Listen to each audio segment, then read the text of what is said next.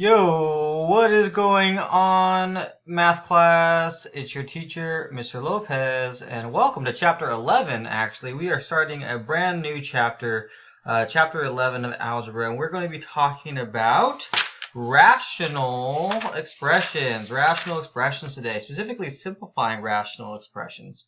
So, kind of a different part of algebra. Something that's definitely going to be testing your algebra skills, and hopefully you remember everything that Shia LaBeouf taught us. So we're going to go ahead and start talking about rational expressions, and the root word of rational is the word ratio. And that's really important that you understand that the root word of rational is the word ratio. If you remember, a ratio is a comparison of two numbers using division. But when we talk about rational expressions, we're going to be talking about a comparison of two polynomials using division. So if you ever have a polynomial divided by another polynomial, that's called a rational expression. Okay? Another thing that we have to kind of think about is the basic understanding of numerator and denominator. So if I have a fraction, like let's say 2 over 3. All right, this is a fraction where the number on top is called the numerator, and the number on the bottom of the fraction is called a denominator. All right, and this is a basic fraction. Now, my question for you is, do fractions have restrictions? Are there any values that we are not allowed to have in the numerator or the denominator? Well, there are restrictions, but the restrictions are going to be in the denominator. It's really important that we understand a couple of things. Number one, I can put just about any number in the numerator. I can put a whole number like 2. I can put irrational numbers like the square root of 5. That's perfectly fine. But remember, we've learned before that we're not supposed to have square roots in our denominator. That is not something that we are supposed to do, right?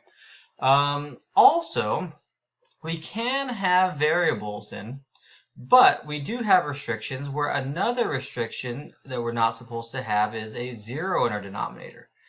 For example, if I have 5 divided by 0, what does that equal? Well, we've learned a long time ago that this value is considered undefined. Why? Because you can't divide by 0. Dividing by 0 doesn't really make any sense. It's not really division at all, right? Like if I have $5 and I divided it 0 times, did I divide? No. Well, I didn't really do anything technically. So you're not allowed to have a 0 in your denominator. So if I'm trying to find a simplified form of a fraction, like let's just use this example where I have the square root of 5 over x, this is a simplified form. But technically, the only way that this is true or a valid result is if x does not equal 0. And this is called an excluded value, meaning that this is perfectly fine as long as x does not equal 0. This is kind of like the old Garden of Eden idea where God said, Adam and Eve, you can eat from any tree except for this one. All right, you're cool with everything else. Just don't do this one little thing. All right. Well, this is this is the fall of your grade average on your homework assignment if you have an excluded value as a 0. So we're going to go over what this means. How do I find excluded values? Just know that the denominator is not allowed to equal 0. So denom cannot equal 0.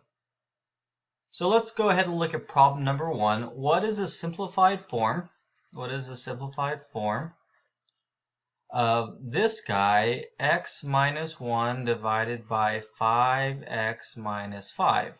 And they say state any excluded values, and we will talk about that after we finish this. All right, so we wanted to find the simplified form. If you can simplify, you must simplify. And what would this thing look like? Well, the good news is, well, we're going to be using two basic algebraic principles. We're going to be using factoring. So thank the Lord for Shia LaBeouf. All right, and we're going to be using cross-canceling. Cross-canceling. All right.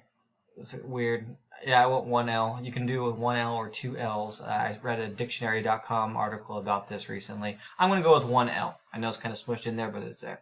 All right. So what I'm going to do is I'm going to go ahead and factor. I'm going to look to see if I can factor. Step number one, look to see if I can factor. Can I factor anything on this top part? No. X minus 1 is as low as it can go. I cannot factor that any further. But step number one for factoring is GCF. And is there a GCF for this denominator? Yeah, I can divide them both by 5. So the GCF always goes in front, if you guys remember this. And when I divide by 5, each term by 5, I get x minus 1. Now, my question for you is, does anything cross cancel? Well, yep, I can go ahead and cross cancel. X minus 1 and x minus 1, they both become 1s. What I have left over is 1 over 5 times 1 is 5. The simplified form of all of this is 1/5. Now, what are the excluded values? Remember, our excluded values are values of x where it makes it legal, meaning we are allowed to, we can't have our denominator equal to 0. So what I'm going to do is I'm just going to set my denominator equal to 0.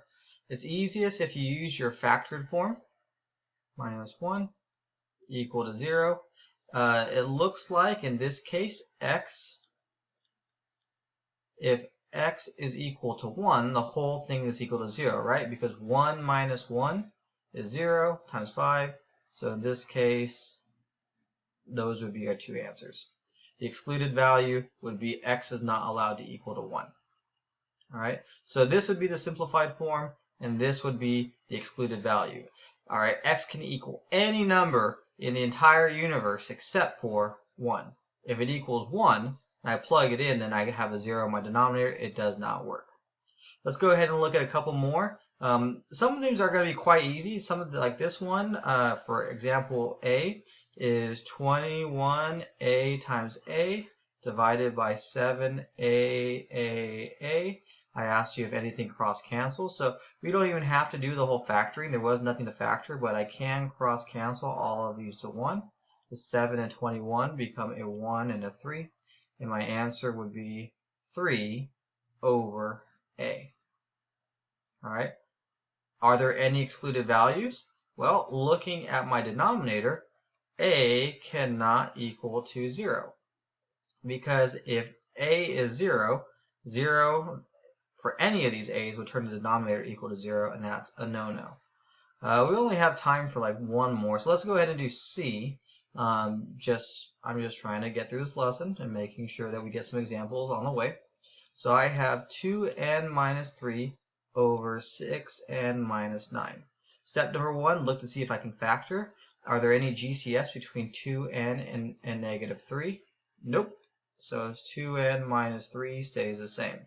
Are there any GCFs for 6n minus 9? Yeah. I can divide by 3. The GCF goes in front, and left over I have 2n minus 3. Can anything cross cancel? Yes. 2n minus 3 and 2n minus 3 both become 1s, and I get 1/3.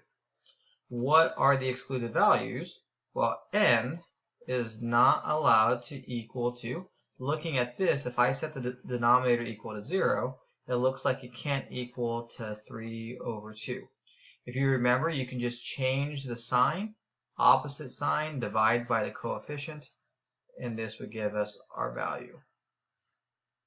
Let's look at example number 2, where they ask us what is the simplest form of this guy. Now this looks a little bit more complicated, but remember we're going to try to factor first. If we can factor, we do. So I'm going to go ahead and see if I can factor out the numerator. Is there a GCF for anything on the top? Yes, I can divide both of these by 3. So my GCF is 3, and left over after I divide is x minus 2. Okay? Then I see, is there anything I can factor? Well, what type of factoring? Our Shia LaBeouf method of factoring looks for any GCFs, and we look for any special cases. This is not a special case. This is actually regular factoring, where we try to find factors of -6 that add to 1.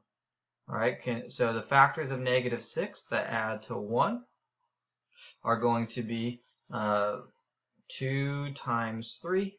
And because they add to +1, they're going to be -2 times +3. -2, +3.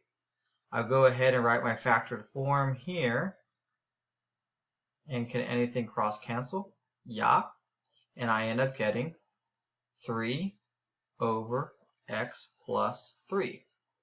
Now, the question here is, when we have to state any excluded values, how many do we have?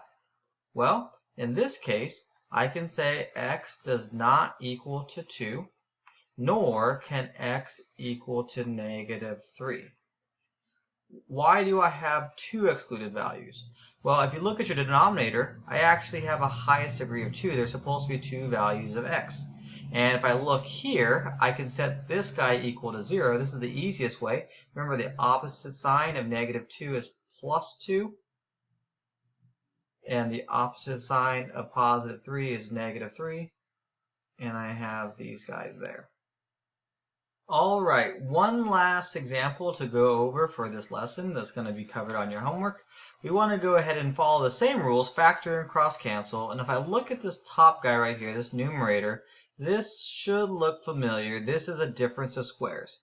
And difference of squares factor out to conjugate pairs. So if I was going to factor this out, this would be 2 plus x and 2 minus x.